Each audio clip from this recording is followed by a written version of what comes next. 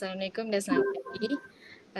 Kami dari kumpulan 8 akan membentangkan tajuk poster kami, Egoism, isu tidak mengikut perintah SOP semasa pandemik COVID-19. Maksud egoism adalah teori bahawa motivasi dan matlamat setiap orang mestilah bersifat keakuan. Individu yang berpegang pada falsafah ini percaya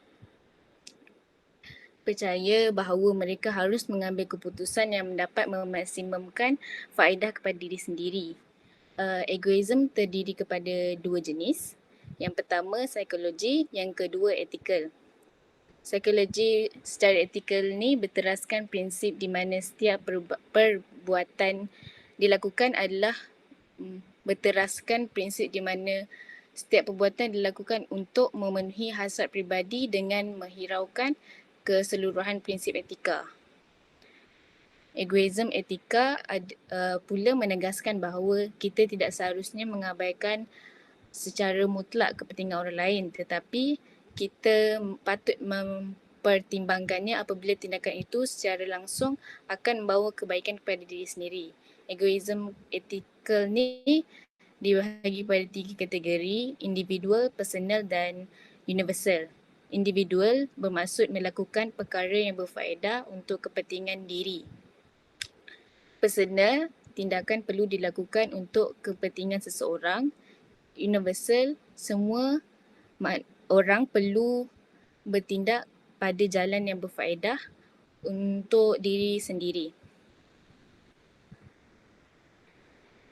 SOP terhadap COVID-19 ini bermula apabila Perintah Kawalan Pergerakan PKP diisytiharkan pada 18 Mac 2020 yang lalu. Perkara ini muncul akibat daripada COVID-19 yang melanda di negara kita. Jadi Menteri Keselamatan telah melaporkan jumlah-jumlah rakyat yang masih melanggar SOP pada setiap hari.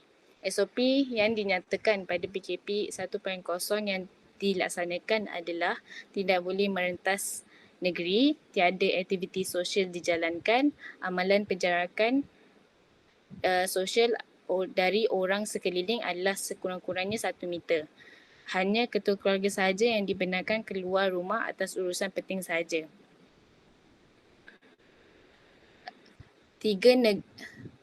Tiga negeri yang mempunyai rekod kadar pematuhan SOP yang tertinggi pada PKP 1.0 yang lalu ialah negeri Pahang, Pulau Pinang, Melaka. Negeri-negeri ini mencapai sehingga 98% kadar pematuhan terhadap SOP.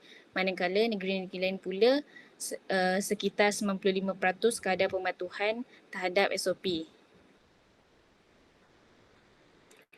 Walaupun SOP ini sering berubah-ubah mengikut perkembangan semasa jangkitan COVID-19, masih ramai orang yang ingkar terhadap arahan ini. Kesalahan yang tertinggi adalah kesalahan tidak memakai pelitup muka. Ada kalanya mereka memberikan alasan yang tidak berasas kepada perintah atasan atas tindakan mereka yang tidak selesa memakai pelitup muka. Punca sifat egois rakyat Malaysia. Yang pertama, dihimpit dengan krisis masalah kewangan yang membimbangkan. Akibat daripada ini, mereka sanggup melakukan apa saja demi memenuhi kehendak mereka sehingga mereka tidak menghiraukan sedikit pun seruan SOP yang telah ditetapkan oleh kerajaan. Contohnya, masih ada lagi yang melakukan aktiviti berjual beli yang melanggar tetapan SOP dengan alasan tiada sumber keuangan akibat ketiadaan pelanggan. Namun ada juga rakyat Malaysia yang bersifat egois dengan menyokong norma baharu seperti pemakaian pelitup muka, pemeriksaan suhu badan di seluruh premis dan tempat dan penjarakan sosial. Perkara ini berpunca daripada segelintir rakyat yang mempunyai stigma di mana perkara-perkara begini amatlah menyusahkan. Bagi mereka tiada keperluan untuk melaksanakan norma baharu sebegini jika mereka tiada kontak rapat dengan mana-mana pesakit COVID-19. Sikap manusia yang hanya memandang enteng sebegini mencerminkan bahawa rakyat Malaysia masih tiada kesedaran yang cukup mengenai bahayanya kesan daripada penyebaran wabak virus ini. Akhir sekali, punca kepada sifat egois rakyat Malaysia adalah kerana kurangnya rasa bertimbang rasa dalam diri. Dapat kita jadikan sebagai contoh di mana seorang lelaki yang tidak sedar bahawa dirinya positif dijangkiti COVID-19 telah pulang ke kampung halaman walaupun sudah dinasihati untuk tidak berbuat demikian. Selepas daripada itu, dia telah menyebarkan virus itu kepada hampir 10 orang penduduk di kampung halamannya. Jika dia mempunyai sifat bertimbang rasa terhadap orang di sekelilingnya, pasti dia akan membatalkan sahaja hasratnya untuk pulang ke kampung halaman dan bersabar sehingga keadaan pandemik negara kita pulih dahulu. Amatlah penting untuk kita menegaskan bahawa sebesar mana kehendak hati kita untuk kita tunaikan, kita mestilah memikirkan kesan kepada orang sekeliling terlebih dahulu agar tidak membawa kepada musibah yang lebih besar kelak. Next. Terima kasih Mimi atas pembintangan. Saya akan teruskan pembintangan mengenai kesan egoisme. Kesan egoisme terbagi kepada 3 iaitu individu, masyarakat dan negara. Kita tengok dahulu kepada individu. Poin pertama ialah egoisme menjadikan seseorang itu tidak berfikir jauh. Hal ini kerana orang yang mempunyai pemikiran egoisme akan hanya fokus kepada kepentingan diri sendiri melebihi orang lain. Oleh itu, mereka sering lupa untuk mempertimbangkan faktor dan kesan secara keseluruhannya yang akan memberi impak kepada masyarakat lain. Poin kedua ialah, individu tersebut akan mendapat kecaman. Mereka yang didapati melanggar SOP tanpa alasan yang munasabah akan dibenci oleh masyarakat kerana menyusahkan dan mensia-siakan usaha kerajaan dan petugas barisan hadapan yang terpaksa bertungkus lumus demi memastikan wabak ini di bawah kawalan. Aspek kedua pula ialah daripada masyarakat. Masyarakat akan lebih mudah dijangkiti virus COVID-19 disebabkan mereka yang langgar SOP ini yang telah ditetapkan meningkatkan risiko penyebaran virus COVID-19 kerana mereka akan terdedah kepada jangkitan. Disebabkan itu, mereka akan menjadi ejen penyebaran virus dan kemudiannya menularkan penyakit tersebut di tempat lain yang mempunyai kepadatan penduduk yang tinggi seperti kawasan perumahan. Poin kedua pula ialah akan kehilangan kerja.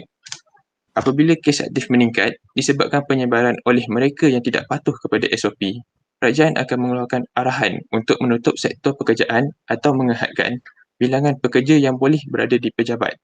Perkara ini akan mengurangkan bilangan operasi yang boleh dilakukan oleh syarikat dan ini akan membawa kepada pengurangan keuntungan.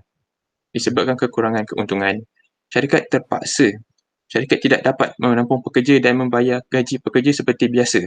Oleh itu, syarikat terpaksa memberhentikan beberapa staf untuk memastikan syarikat dapat membiayai pekerja dengan keuntungan yang diperolehi sahaja.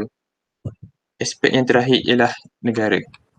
Poin pertama iaitu ekonomi negara menjadi mundur kerana penutupan sektor-sektor penting akan mengurangkan bilangan urus niaga di dalam negara. Iaitu juga merupakan salah satu sumber pendapatan negara. Cukai tidak dapat dikutip dengan kadar biasa kerana kebanyakan syarikat mengalami kerugian, terutamanya syarikat penerbangan dan syarikat pelancongan. Selain itu, negara juga akan kekurangan ekonomi yang sedia ada. Hal ini kerana negara terpaksa menyediakan banyak inisiatif untuk membantu rakyat yang susah ketika pandemik ini, terutamanya golongan B40. Dan poin yang terakhir ialah kemajuan negara akan terbantut. SOP yang ditetapkan seperti penjarakan fizikal dan had bilangan pekerja akan melambatkan proses kemajuan negara. Sebagai contoh, sektor pembinaan tidak lagi dapat mengerahkan jumlah buruh kasar yang sama banyak seperti sebelum SOP dikeluarkan.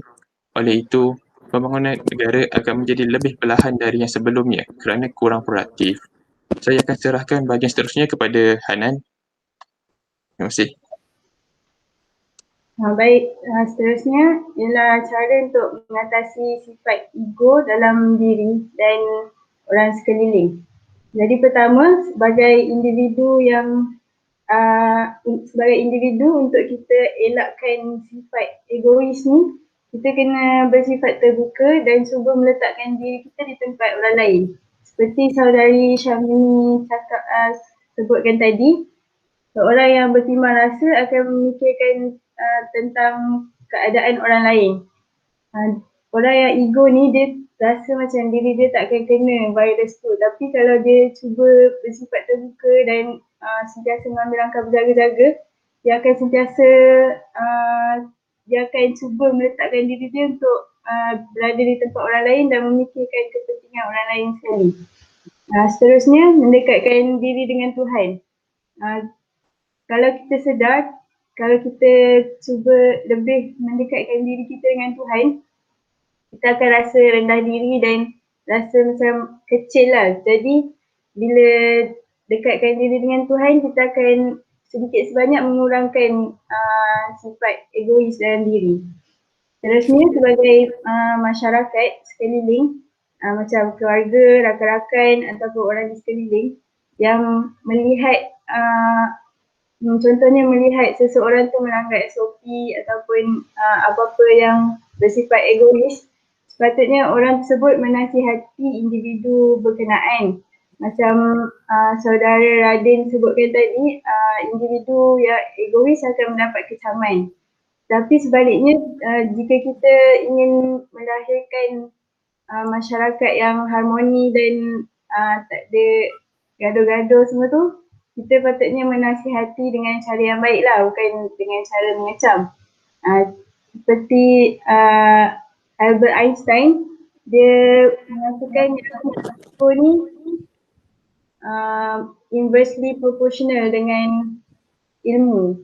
Bila makin banyak ilmu, makin rendah ego. Jadi kadang-kadang orang yang ego ni dia kurang ilmu, dia kurang pengetahuan tentang satu benda tu. Contohnya dia tak tahu SOP ni, SOP tu. Jadi kita sebagai masyarakat sekeliling sepatutnya menasihati individu berkenaan kerana berkemungkinan dia tak tahu tentang SOP ataupun benda-benda yang bersifat egois yang dia lakukan.